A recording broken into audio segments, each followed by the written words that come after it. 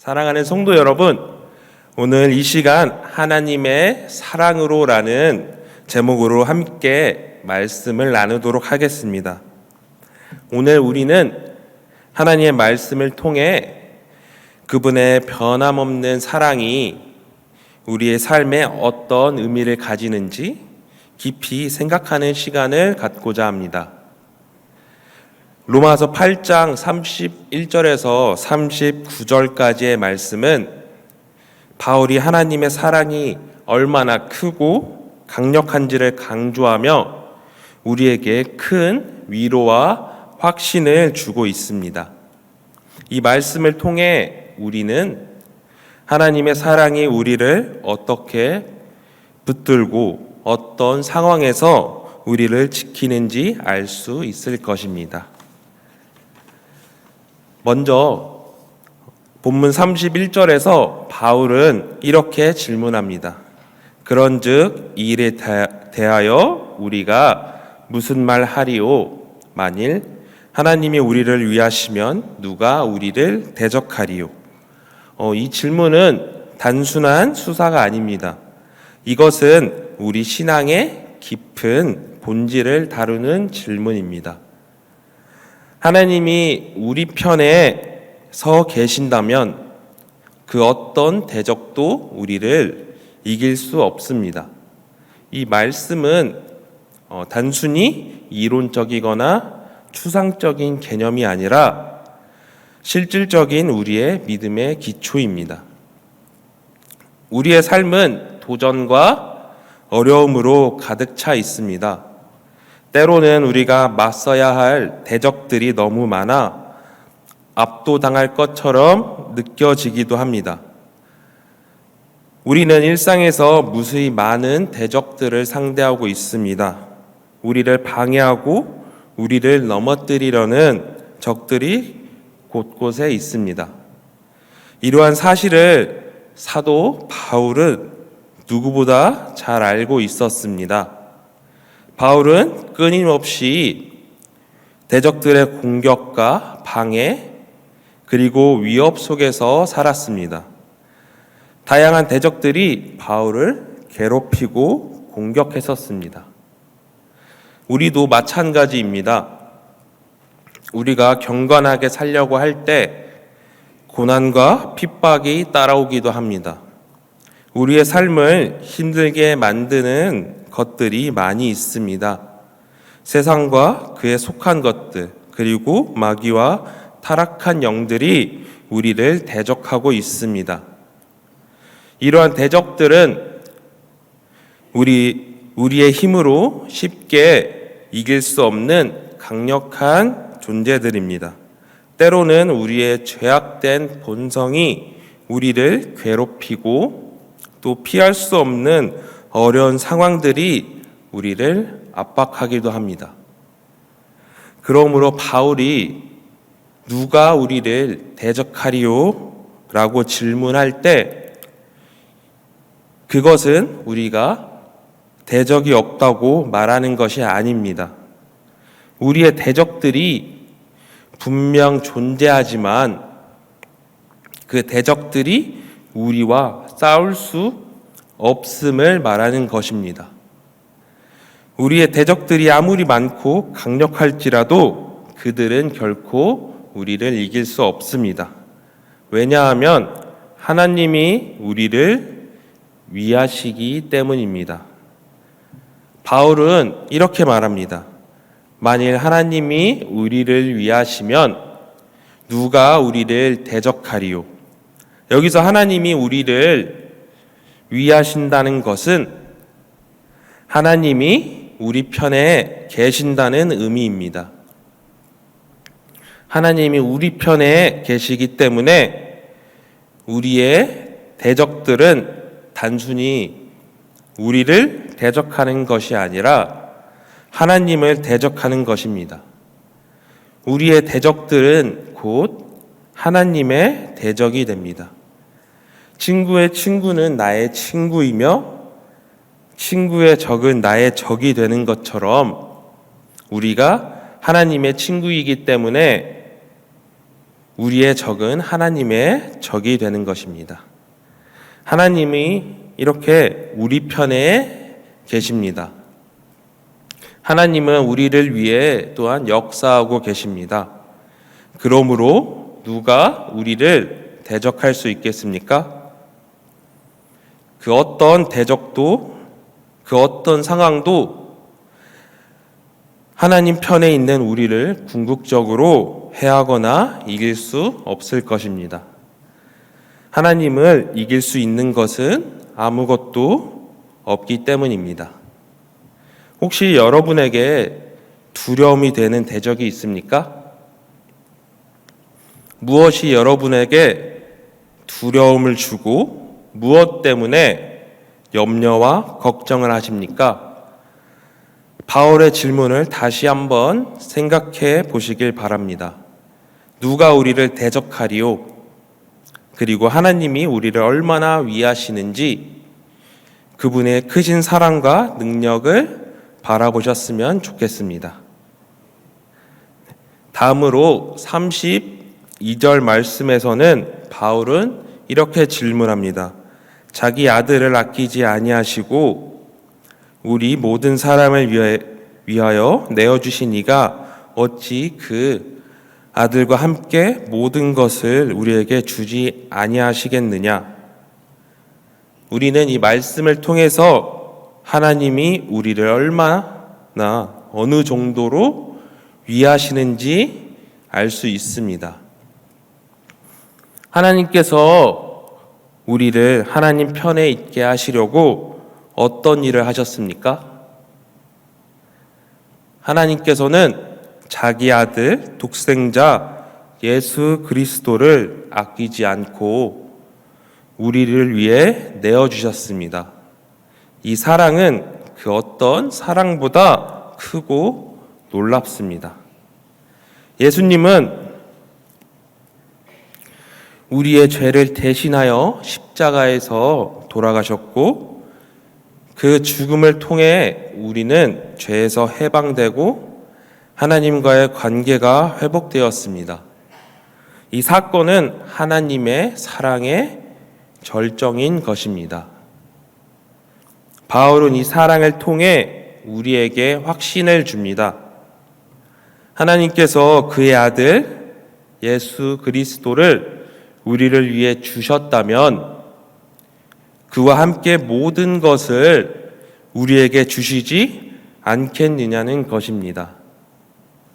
하나님께서는 자기 아들을 아끼지 않고 우리를 위해 내어주셨습니다. 그러면 아들을 아끼지 않고 내어주신 분이 과연 무엇을 아까워하시겠습니까? 우리가 구원의 완성으로 그 영광으로 나아가는 동안 필요한 모든 것들, 영적인 것들뿐만 아니라 물질적인 것까지 그 모든 것들을 주시지 않겠습니까? 우리의 현실이 하나님이 하신 일을 잊어버리게 만들고 또 하나님이 하신 일과 다른 이야기를 하는 것처럼 생각될 때, 그런 의심이 생길 때 우리는 하나님이 하신 이 일을 생각하고 확신할 수 있습니다. 삶의 문제나 내가 만나는 현실의 그 어려움들, 그런 힘겨운 일을 만날 때 하나님이 하신 일, 그 십자가를 생각하시기 바랍니다. 하나님은 하나뿐인 아들을 주심으로 우리에게 모든 것을 주셨습니다. 그리고 십자가는 하나님이 계속해서 그 모든 것을 우리에게 주신다는 사실을 보증합니다. 우리는 확신할 수 있습니다.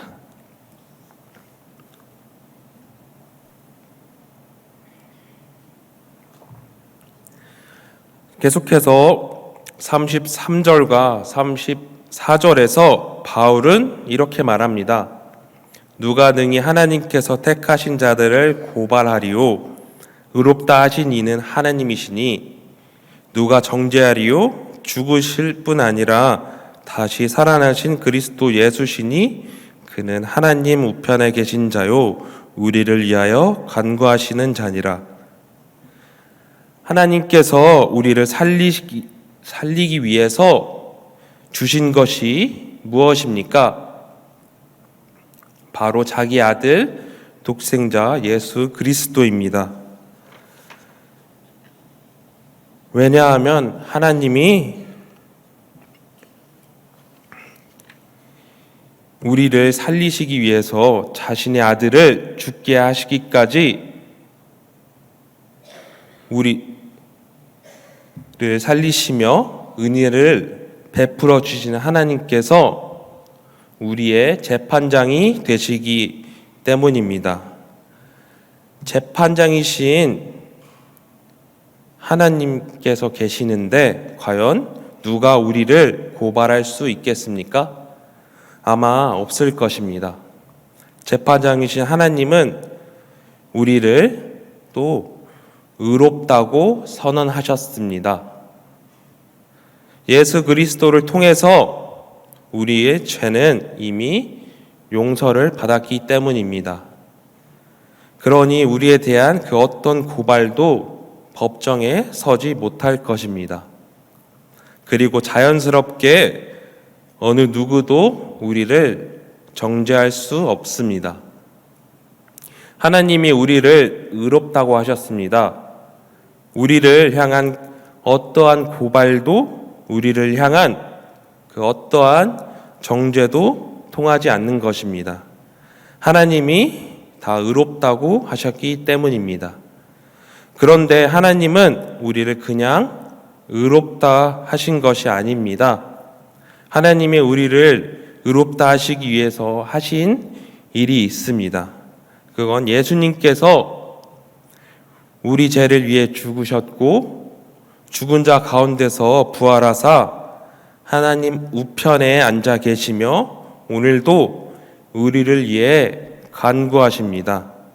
하나님이 예수님을 통해 하신 일로 말미암아 우리는 의롭게 되었고 정죄를 받지 않는 것입니다. 다 하나님께서 하신 일인 것입니다. 여기 그 33절과 34절에 나오는 고발하다라는 말과 정죄하다는 말은 모두 법정 단어입니다. 한번 상상해 보십시오. 우리는 고발되어 법정에 있습니다. 우리가 지은 죄가 너무도 명백하기에 어떠한 변명도 할 수 없는 처지입니다. 우리에게 마땅한 것은 우리의 죄에 대한 영원한 형벌과 심판입니다. 하지만 재판관이신 하나님은 우리에게 무죄를 판결하셨습니다. 우리에게 죄가 없음을 선고하셨습니다. 왜냐하면 우리를 변호하시는 예수님께서 우리를 위해 대신 형벌을 받으셨기 때문입니다. 예수님께서 나의 모든 죄에 대한 판결을 받으셨습니다. 그래서 나의 죄에 대해서는 더 이상의 판결이 없습니다. 이미 끝난 것입니다. 우리는 그렇게 의롭게 되었습니다. 어떠한 고발도 어떠한 정죄도 그래서 우리에게 해당되지 않는 것입니다. 하나님이 예수님을 통해 하신 일입니다. 우리가 어떤 상황에 있든지 하나님의 사랑을 확신할 수 있는 변하지 않는 근거가 됩니다. 계속해서 35절에서 바울은 마지막으로 질문합니다. 누가 우리를 그리스도의 사랑에서 끊으리요? 환난이나 곤고나 박해나 기근이나 적신이나 위험이나 칼이랴. 우리가 이 적대적인 세상에서 만날 수 있는 여러 가지 일들이 있습니다. 삶이 우리를 속이는 것 같은 여러 가지 어려운 일들 또한 있습니다. 대표적인 목록으로 이렇게 7 항목이 열거되어 있습니다. 환난, 곤고, 박해, 기근, 적신, 위험, 칼. 여기 이 목록에는 없지만 우리가 삶에서 경험하는 많은 어려운 일들이 있을 것입니다. 하나님이 나를 사랑하지 않는 것처럼 생각되는 일들을 또한 만날 수도 있을 것입니다. 그리고 최종 단계를 할 수 있는 것은 칼로 묘사되는 죽음입니다. 죽음은 우리의 마음을 흔드는 가장 큰 시험이 되는 것입니다. 우리가 우리의 생명을 위협하는 여러 가지 고난을 당하게 될 때 우리를 향한 하나님의 사랑을 의심하게 만드는 일들을 만났을 때 그럼에도 불구하고 우리가 하나님의 사랑을 과연 확신할 수 있을까요? 우리가 고난 중에도 기억해야 할 것은 우리가 고난 당하는 것은 이상한 일이 아니라는 사실입니다. 놀랄 만한 일이 아닙니다. 당연한 일이고 자연스러운 일입니다. 바울은 이 사실을 설명하기 위해서 36절에서 시편의 말씀을 인용했습니다. 기록된 바 우리가 종일 주를 위하여 죽임을 당하게 되며 도살당할 양같이 여김을 받았나이다 함과 같으니라. 믿는 자가 세상에서 만나는 어려움, 부당한 일들, 그러한 여러 가지 고난들은 특별한 일이 아닙니다. 하나님의 사랑을 의심할 만한 그런 일이 아니라는 것입니다. 오히려 바울은 37절에서 이렇게 말합니다.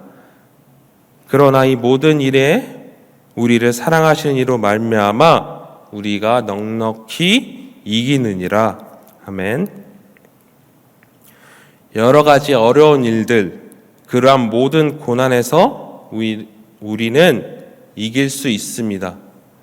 우리를 사랑하시는 이로 말미암아 우리를 사랑하시는 그분이 우리와 함께 하시기에 이길 수 있습니다. 우리는 나를 사랑하는 이로 말미암아 어떤 고난도 이길 수 있습니다. 그냥 이기는 것이 아니라 말씀에 나온 것처럼 넉넉히 이깁니다. 압도적인 승리를 거둔다는 것입니다. 고난은 우리를 결코 무너뜨릴 수 없습니다. 설령 최악의 상황을 만난다 하더라도 결국은 우리가 승리할 것입니다. 우리의 승리는 확정되어 있기 때문입니다. 그래서 우리에게 있는 고난은 오히려 하나님의 사랑을 실제로 경험하고 그 사랑을 깊이 이해하는 기회가 되는 것입니다. 그래서 우리가 확신할 수 있습니다. 하나님의 사랑을 확신할 수 있습니다. 그래서 바울은 38절과 39절에서 다시 한번 확신합니다. 내가 확신하노니 사망이나 생명이나 천사들이나 권세자들이나 현재 일어나 장래일이나 능력이나 높음이나 깊음이나 다른 어떤 피조물이라도 우리를 우리 주 그리스도 예수 안에 있는 하나님의 사랑에서 끊을 수 없으리라. 아멘. 그 무엇도 우리를 하나님의 사랑에서 끊을 수 없다는 말입니다. 사망이나 생명이나 우리가 경험하는 그 어떤 것도 천사들이나 권세자들이나 세상에 있는 그 어떤 존재도 현재 일이나 장래일이나 능력이나 높음이나 깊음이나 그 어떤 사건이나 공간에서도 그 어떤 세력이라도 불가능합니다. 하나님이 우리를 사랑하시기 때문입니다.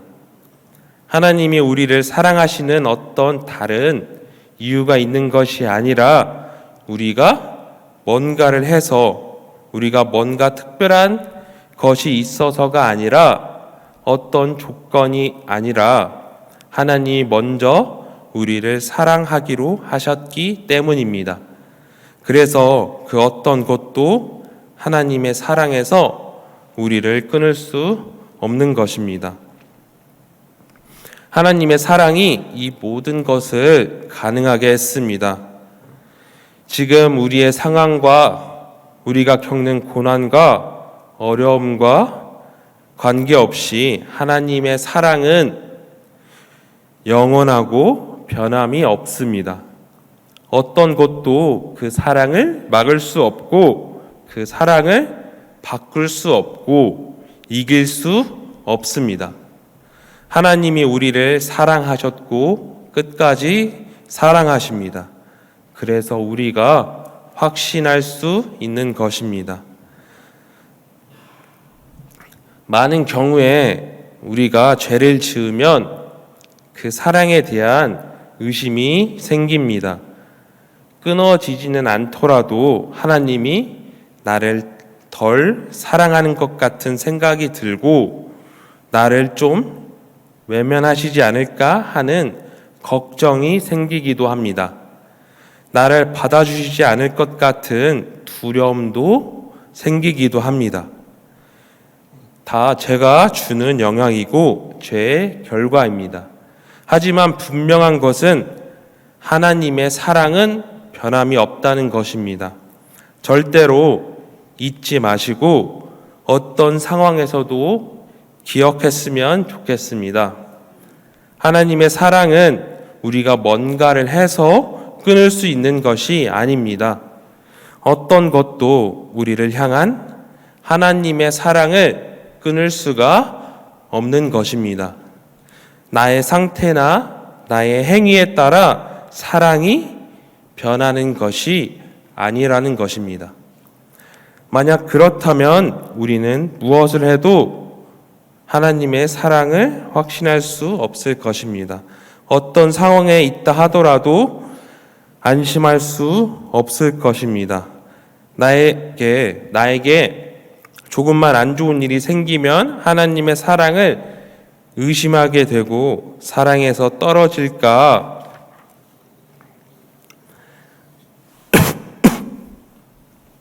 불안할 것입니다.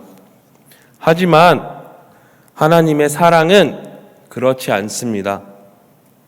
하나님은 우리를 일방적으로 먼저 사랑하셨고 변함없이 사랑하십니다. 우리가 그러한 사랑을 받은 자입니다. 그렇기에 이제 우리가 할 일은 분명합니다. 그 사랑의 일방적인 사랑을 받은 자로서 합당하게 반응하는 것입니다. 하나님의 사랑을 짝사랑으로 만들지 마시기 바랍니다. 시작은 하나님의 일방적인 사랑이지만 우리가 계속해서 일방적으로 사랑을 받기만 해서는 안 되는 것입니다. 하나님의 사랑을 짝사랑으로 만들지 마시고 나를 사랑하시는 하나님을 나도 뜨겁게 사랑해야 하는 것입니다.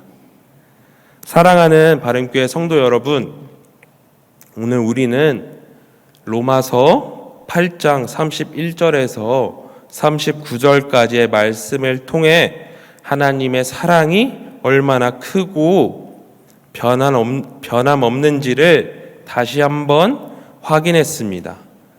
이 사랑은 우리의 삶을 인도하시고 우리가 어떤 상황에 처하든 우리를 붙들어 주시는 큰 힘이 됩니다. 우리의 삶에는 때로 고난과 어려움이 찾아올 수 있습니다. 그러나 그 고난 속에서도 우리는 하나님께서 우리를 사랑하시고 그 사랑이 결코 우리를 떠나지 않는 사실을 기억해야 합니다. 이 확신이 우리의 신앙의 기초가 되어야 합니다.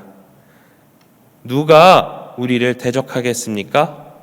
아무도 없습니다. 누가 우리를 고발하겠습니까? 아무도 없습니다. 누가 우리를 정죄하겠습니까? 아무도 없습니다. 누가 우리를 그 사랑에서 끊을 수 있겠습니까? 아무도 없습니다. 그 어떤 것도, 그 누구도, 그 무엇도 예수 안에 있는 하나님의 사랑에서 우리를 끊을 수 없습니다. 그래서 우리가 어떤 상황에 있든지 어떤 일을 만나든지 우리를 향한 하나님의 사랑을 확신할 수 있습니다. 그리고 그 사랑 안에서 우리는 그 어떤 고난도 이겨낼 수 있는 것입니다. 우리의 승리는 우리가 얼마나 강한가에 달려있지 않습니다. 오히려 우리의 약함 속에서 하나님의 강함이 드러나고 그분의 사랑이 우리의 약함을 덮어주시기 때문에 우리는 승리할 수 있는 것입니다.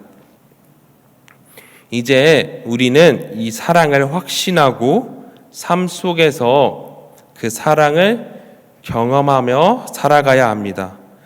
우리가 경험한 하나님의 사랑을 통해 다른 이들에게도 그 사랑을 나누고 그 사랑 안에서 담대하게 살아가기를 결단했으면 좋겠습니다. 함께 기도하겠습니다. 하나님 아버지, 우리를 위해 그의 아들을 아끼지 않고 내어주신 그 사랑에 감사드립니다. 우리가 어떤 상황에 처하더라도 그 사랑에서 끊어지지 않음을 믿습니다. 이 믿음 안에서 담대하게 살아갈 수 있도록 도와주시고 고난당하는 지체들에게도 동일한 은혜를 베풀어 주시옵소서. 예수님의 이름으로 기도드립니다. 아멘.